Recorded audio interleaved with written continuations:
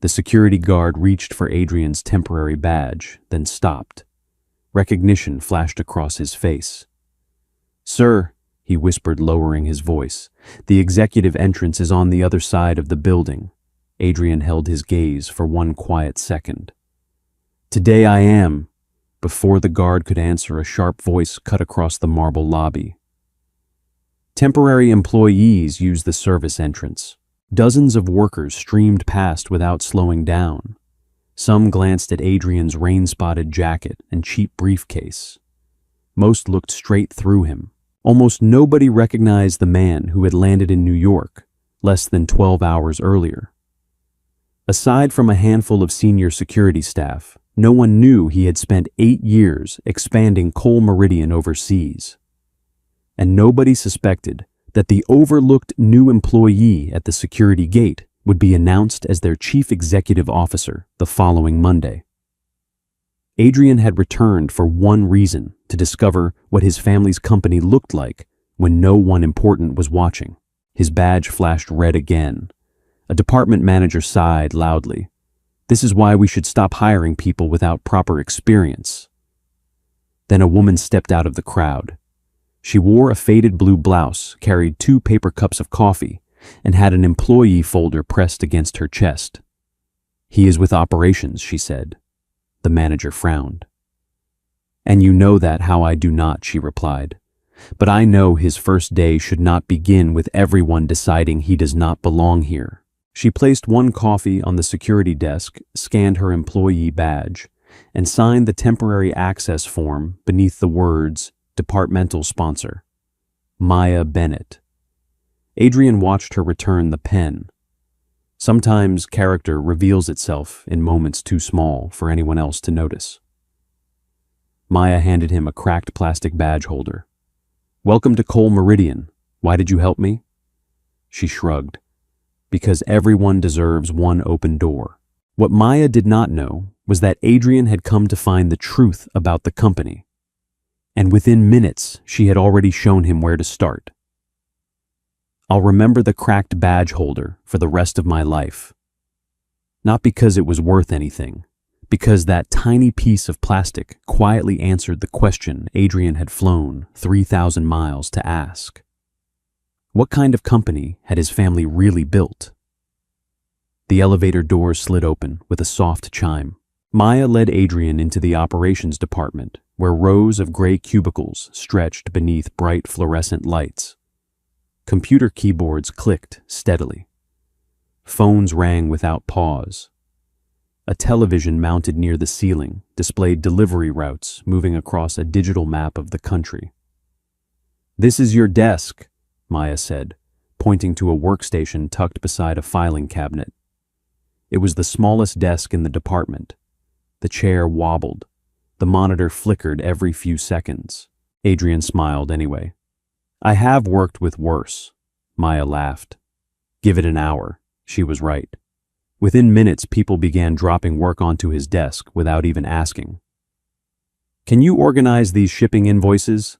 The copier is jammed again. The coffee machine needs refilling. I need these reports filed before lunch." Nobody bothered learning his name. To them, he was simply the new guy. It is amazing how quickly people decide another person's value without asking a single question. Across the room, Victor Lang stepped out of his corner office. Tall, polished, perfectly tailored. He offered a polished smile that never reached his eyes. "So, this is our new hire." His gaze swept over Adrian from head to toe. "I hope you learn fast. We do not have time to babysit people here." "I understand," Adrian answered calmly. Victor nodded once before walking away. No welcome, no handshake, only judgment. Maya noticed the silence that followed. "Do not take it personally," she said quietly. "He talks to almost everyone like that." "Almost," she hesitated. "The people above him get respect. The people below him get pressure." Before Adrian could respond, another employee hurried over, carrying a stack of folders nearly a foot high. "Maya, I need these entered before 3. She glanced at the clock. I already have month-end inventory.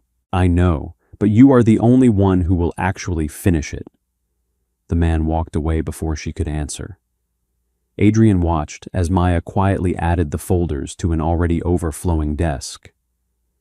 You could have said no, she offered a tired smile. I could have. Why did you not? Because if the work does not get done, the warehouse workers pay for mistakes they did not make. That answer stayed with Adrian far longer than she realized. Later that afternoon, Maya slid a worn blue notebook across his desk. The corners were bent. Several pages had been repaired with clear tape. I made this during my first year here, she said. The training manual leaves out half the things you actually need. Adrian opened the first page. Across the top, written in careful handwriting, were the words, "People matter more than procedures. Never forget which one exists to serve the other." He looked up. You are giving this to someone you met this morning. She shrugged. Someone did the same for me once. Small acts of kindness rarely make headlines, but more often than not, they become the reason another person refuses to give up. As Adrian closed the notebook, his eyes drifted toward Victor's office. Through the narrow gap in Victor's blinds, Adrian saw him remove several pages from a financial report, place them inside a confidential disposal envelope, and seal it before anyone else could see. Adrian could only see the cover sheet that remained on Victor's desk for a brief moment. A report identification number was printed across the top right corner. He quietly committed the number to memory before Victor gathered the remaining documents. For just a second, only a second, Victor looked up, and their eyes met. Victor looked away first. Victor gathered the remaining documents, slipped them into a locked file case, and closed the blinds. For just a second, he looked up. Maybe it was nothing.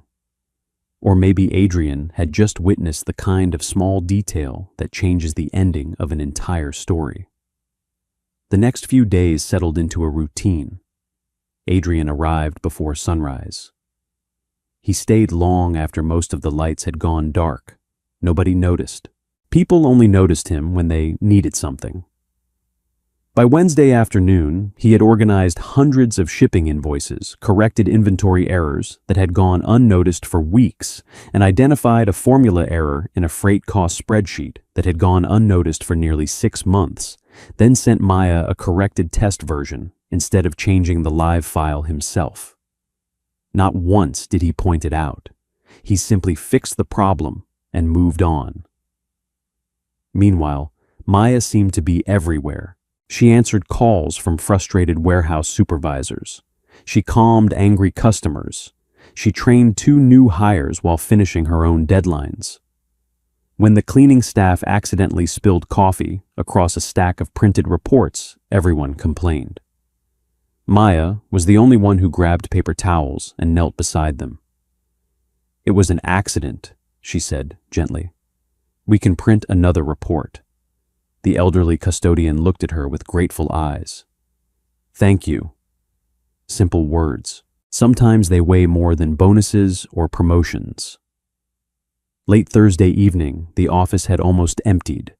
Rain tapped softly against the windows, while fluorescent lights hummed above nearly deserted cubicles. Adrian was reviewing shipping logs when Maya quietly placed a small paper lunch bag beside his keyboard. You skipped lunch again. He looked up surprised. You noticed. You forget that people always notice the new employee even when they pretend not to. He opened the bag. Inside was a turkey sandwich, an apple, and a handwritten note folded in half. Nobody does good work on an empty stomach. You did not have to do this, Adrian said. She smiled. I know. There was something disarming about that answer. She never helped because she expected recognition. She helped because somewhere along the way, kindness had become part of who she was. As Maya walked back toward her desk, Adrian unfolded the blue notebook she had given him 2 days earlier. A photocopied sheet slipped from the back pocket of the notebook. It was not part of the training guide. It contained a list of employee names, dates, and shipment numbers. Beside several entries were handwritten words: forced overtime, safety complaint ignored, payroll adjusted. Adrian's expression changed. This was not the notebook of someone simply trying to survive her job. This was the notebook of someone quietly collecting the truth. At that same moment, Maya glanced toward Victor's office. The door was slightly open. Victor was standing inside with Maya's employee profile open on his computer and a printed disciplinary form beside the keyboard. He slowly closed the folder. Then he smiled, not because he was pleased, because he had finally realized someone inside his department was asking the wrong questions, and he intended to find out exactly who it was. Sometimes courage begins with opening a notebook. Sometimes danger begins the moment the wrong person realizes you have one. Victor's voice echoed across the operations department. I need everyone in conference room 3, now. No explanation, no agenda, just an order. Employees exchanged uneasy glances before quietly gathering around the long conference table. Victor stood at the front of the room, holding several printed reports. I have discovered confidential company information has been copied without authorization. The room fell silent. He slowly lifted a stapled packet with photocopies of pages from Maya's blue notebook. Her handwriting was visible across every sheet. Adrian felt his pulse tighten. Victor placed the notebook on the table as though it were evidence in a courtroom. Ms. Bennett, do you recognize these pages? Nobody answered. Maya's face turned pale. That belongs to me, Victor nodded slowly. I know. He flipped through the pages one by one. There are notes about payroll adjustments, warehouse complaints, overtime records, shipment discrepancies. He looked directly at Maya.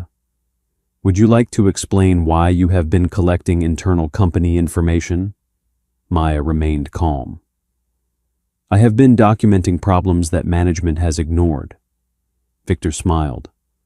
Or perhaps creating problems that never existed. Several employees lowered their eyes, not because they believed Victor, because they knew speaking up could cost them their jobs. Fear has a way of making honest people sound silent. Victor slid a proposed separation agreement across the table. Human resources can process this today. Resign quietly, and the company will not pursue further action. Maya looked at the paper. Then she looked around the room. Not one manager spoke. Not one supervisor defended her. Finally, she pushed the letter back. I will not sign something that admits to a lie. The smile disappeared from Victor's face. You are making a very expensive mistake. Before Maya could answer, Adrian quietly stood from his chair. His movement was so calm that several people barely noticed. I have a question. Victor folded his arms. This is not your concern. I believe it is. Adrian walked toward the conference table. His temporary employee badge was still clipped to his jacket. So before anyone accuses Maya Bennett of misconduct, he placed a neatly organized stack of shipping reports beside Victor's notebook. Perhaps we should also discuss why hundreds of freight records were altered after midnight using an executive access code. The room froze. Victor stared at the documents. For the first time all week, confidence disappeared from his face. You have no authority to review executive records. Adrian met his eyes without raising his voice. You are right. He reached into his briefcase and removed a sealed board authorization packet bearing the Cole Meridian corporate seal. I do not have the authority of a new employee. He laid the envelope beside the reports. I have something much stronger. Around the room, confused whispers began to spread. Nobody knew what was inside that envelope, not even Maya. She only knew the quiet man she had defended on his first day was no longer standing like someone who needed protecting. Sometimes the truth does not arrive with loud voices. Sometimes it waits patiently inside a sealed envelope until the right moment to be opened. The conference room remained silent. No one reached for the sealed envelope. No one even seemed willing to breathe. Victor finally forced a thin smile. "I think this meeting is over." "It is not," Adrian replied calmly. He slid the envelope across the table toward Claire from Human Resources. "Please open it." Claire looked from Adrian to Victor, then carefully broke the company seal. Inside were a signed board resolution, a limited audit authorization, and a confidentiality directive. Her eyes widened. She carefully reviewed each document before looking back up. This authorization was issued directly by the board of directors. It states that this investigation has been conducted under a restricted board directive. Only the board, outside legal counsel, and Human Resources were informed before today. A quiet murmur spread through the room. Victor's expression hardened. "I was never informed." "You were not supposed to be," Adrian answered calmly. Victor looked directly at him. "What exactly is this supposed to prove?" Adrian answered without raising his voice. "It proves I was sent here with full authority to observe company operations before the leadership transition." He stopped there. He did not say another word about who he really was. Not yet. Sometimes people do not need to know your title. They only need to know you have been telling the truth. Victor folded his arms. "So, you have been spying on us?" "No." Adrian shook his head. "I have been listening." There is a difference. One looks for mistakes. The other looks for people worth trusting. His eyes turned toward Maya. When everyone else saw an inconvenience, she saw a co-worker. When everyone else handed me work, they did not want she handed me a notebook that helped me succeed. When everyone else stayed silent, she stood beside someone she had known for less than 5 minutes. Maya lowered her eyes. She no longer knew what to believe. The quiet new employee she had defended at the security gate had been carrying authority all along. "I was only trying to help," she said softly. "I know," Adrian replied, "and none of your kindness was ever part of a test." For the first time, Maya looked directly into his eyes. She wanted to believe him, but trust once shaken does not return in a single conversation. Adrian reached into his briefcase once more. This time, Adrian removed Maya's original blue notebook from a clear evidence sleeve. Victor frowned. "What is that supposed to prove, that the pages you presented were photocopied, edited, and rearranged? You never had the original." The room froze again. Adrian placed both notebooks side by side. At first glance, they looked identical. Then Claire carefully opened them. One contained Maya's handwritten notes. The other contained photocopied pages with several entries altered. Dates had changed. Numbers had disappeared. Entire comments about unpaid overtime had been removed. Claire looked directly at Victor. "This notebook was tampered with," Victor immediately protested. "That is ridiculous." "No," Adrian answered. "It is traceable." He calmly pointed toward the copier identification code printed at the bottom of every duplicated page. The document tracking code at the bottom of each page showed that the copies had been printed from the executive floor machine at 9:43 last Tuesday night. Nobody spoke. Victor had not expected anyone to notice something so small. People who build dishonest systems often believe no one is paying attention, until someone finally does. Victor's confidence began to crack. "You still have no idea who you are dealing with," he said coldly. Adrian met his stare without blinking. "I think I finally do." For the first time since returning home, Adrian realized this investigation was never only about missing reports or altered numbers. It was about people. People like Maya. People who had spent years protecting the company while the company failed to protect them. And deep inside, Maya found herself asking a question she had been trying to avoid ever since that first morning at the security gate.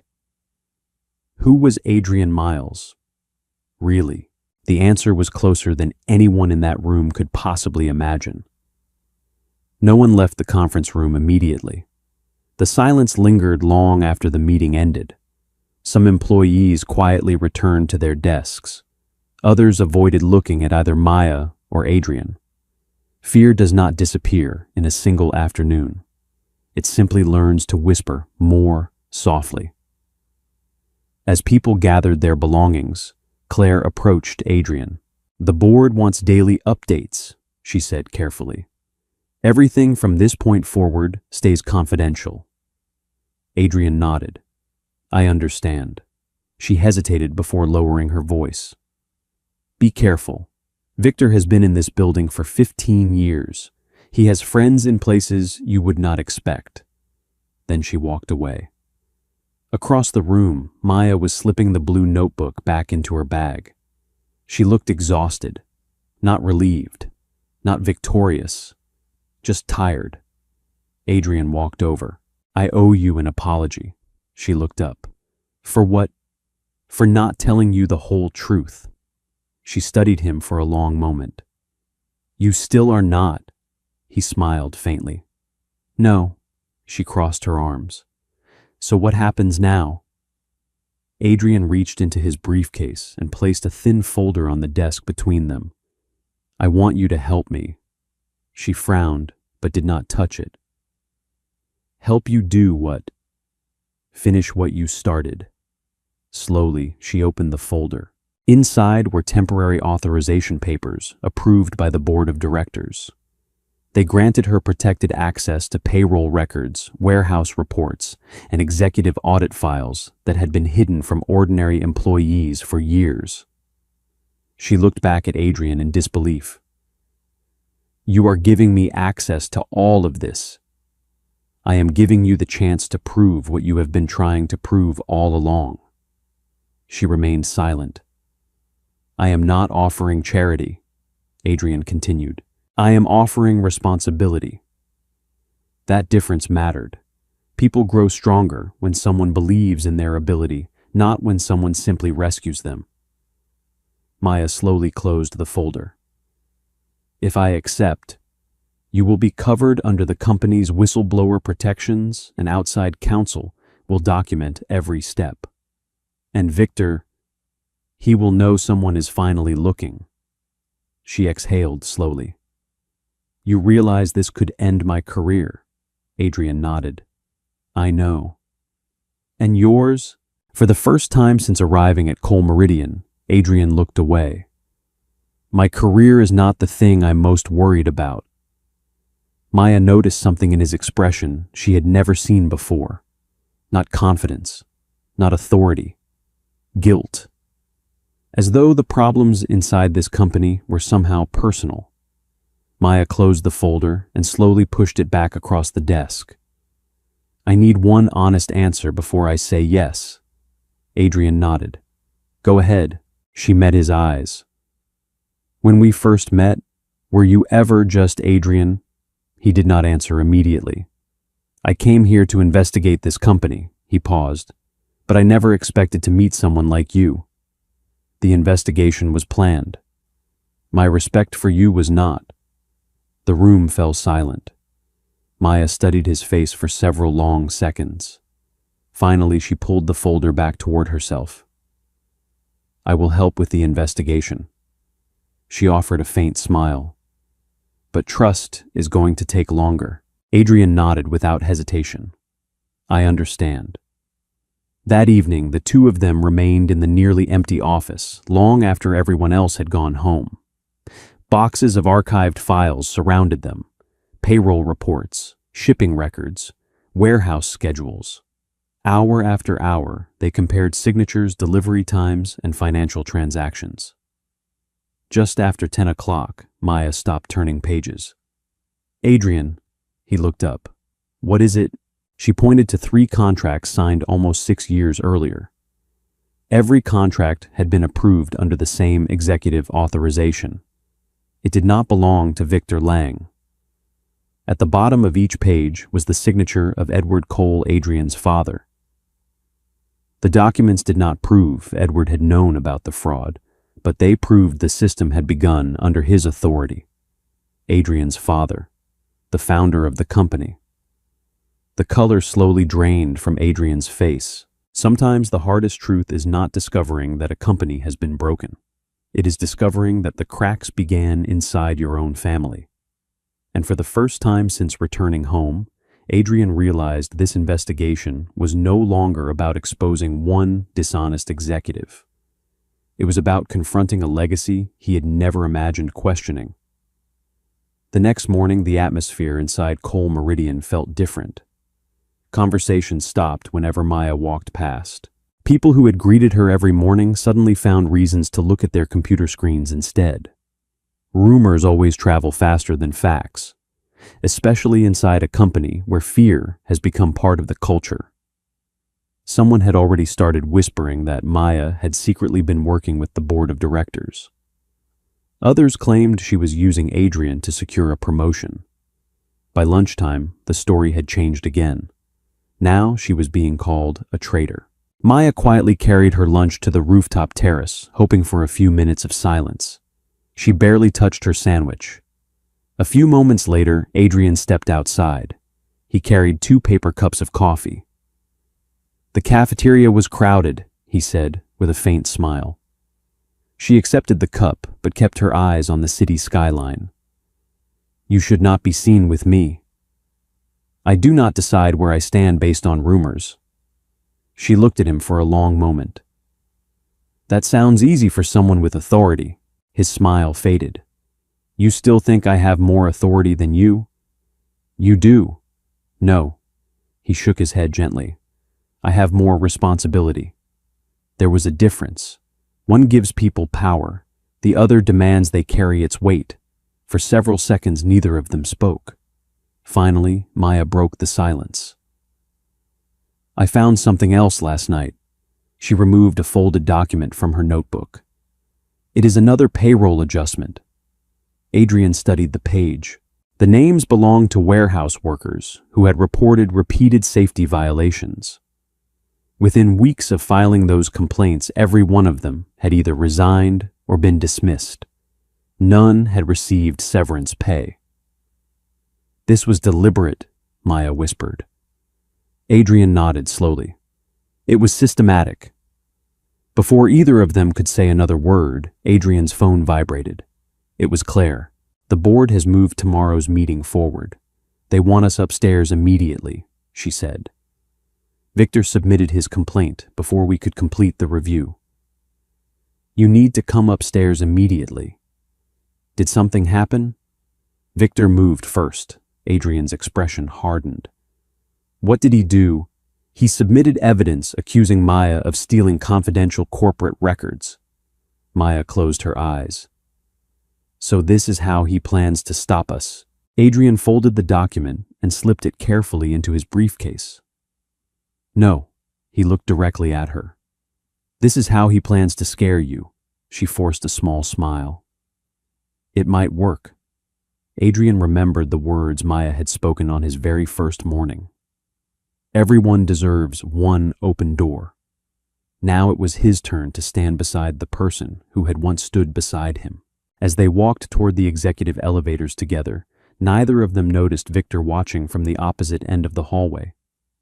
He was smiling again. Not because he believed he had already won, because the final piece of his plan had just fallen into place. And if Adrian failed to stop him before the board meeting began, Maya would not simply lose her job. Victor's accusation could follow her through every future background check and reference call. Sometimes the greatest test of integrity comes after you already know the truth. The question is whether you are willing to pay the price for defending it. The board meeting began at exactly 9 o'clock. Every seat around the polished walnut table was occupied. Outside the glass walls, employees quietly gathered, pretending to work while waiting to hear what would happen. Inside the room, Victor stood first. He placed a thick folder before each board member. "Ladies and gentlemen, I regret to inform you that confidential company records have been removed from secure files by an operations employee named Maya Bennett." He paused just long enough for the accusation to settle.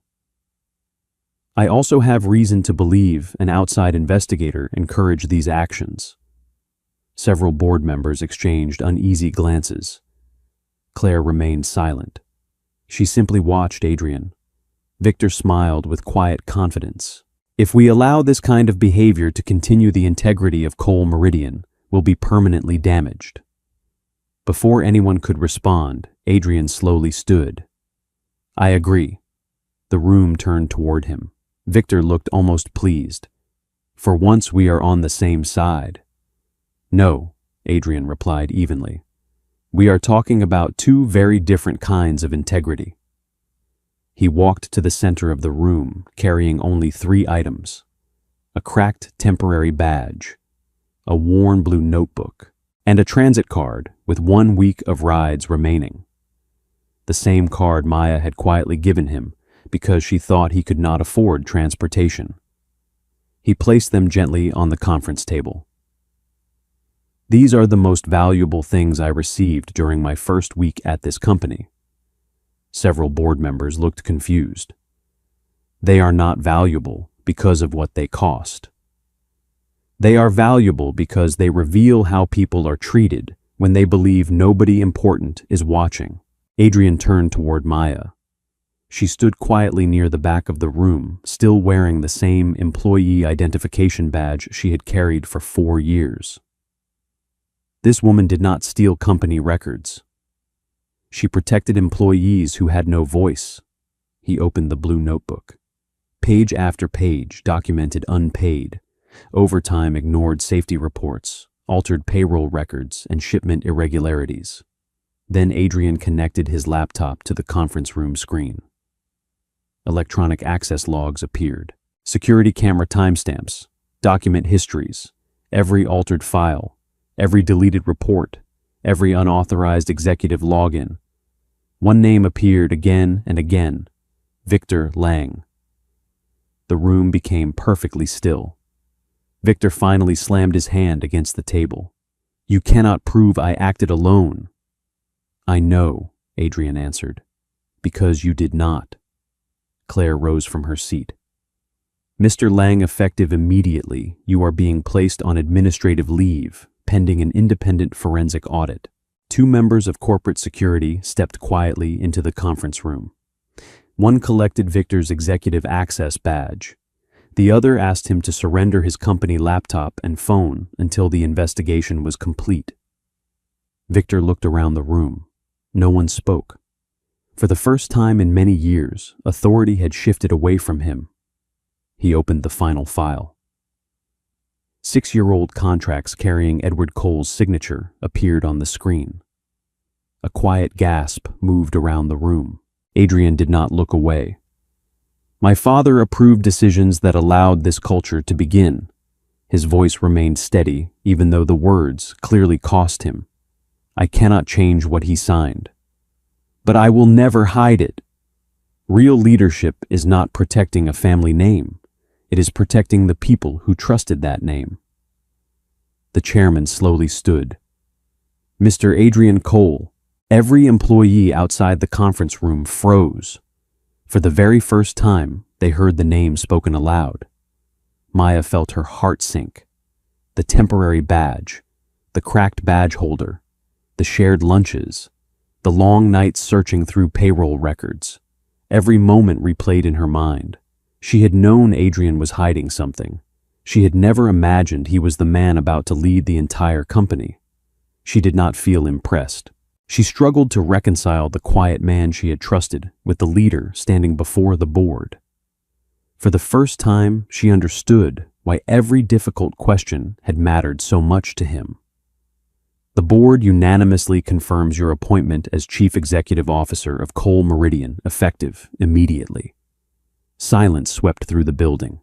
The overlooked new employee had never been a new employee at all. He had been the man returning home to decide what kind of company Cole Meridian would become. And the first decision he made was not about profits. It was about justice. 1 year later, the lobby of Cole Meridian looked almost the same. The marble floors still reflected the morning sunlight. The security gate still greeted hundreds of employees every day. But one thing had changed forever. Nobody entered through the service entrance because of their job title. Respect had become part of the building itself.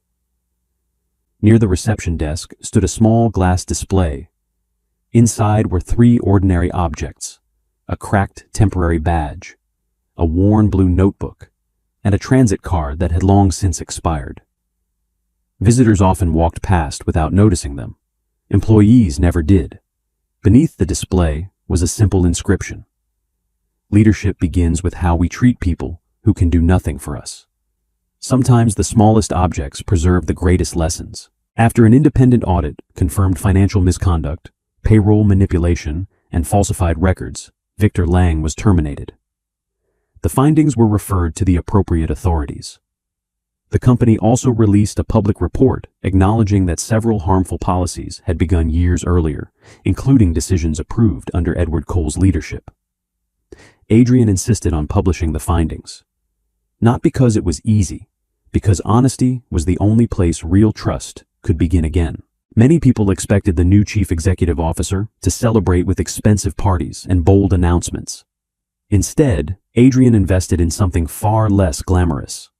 He created the First Door Initiative, a company-wide program ensuring that every new employee received proper mentoring, fair training, confidential reporting channels, and equal opportunities regardless of position. The program carried the name of the first kindness he experienced on the morning he returned home. The morning one employee simply opened a door. Maya never asked for a promotion. She earned one. The board appointed her director of workplace culture and employee integrity, reporting directly to an independent ethics committee rather than to the chief executive officer himself. For years, Maya believed the safest way to survive was to work quietly and expect nothing in return. Now she understood something she had never allowed herself to believe. Her voice deserved to be heard. Not because she had helped expose corruption, but because she had been telling the truth long before anyone was willing to listen. When reporters asked Adrian why she deserved the role, his answer was remarkably simple.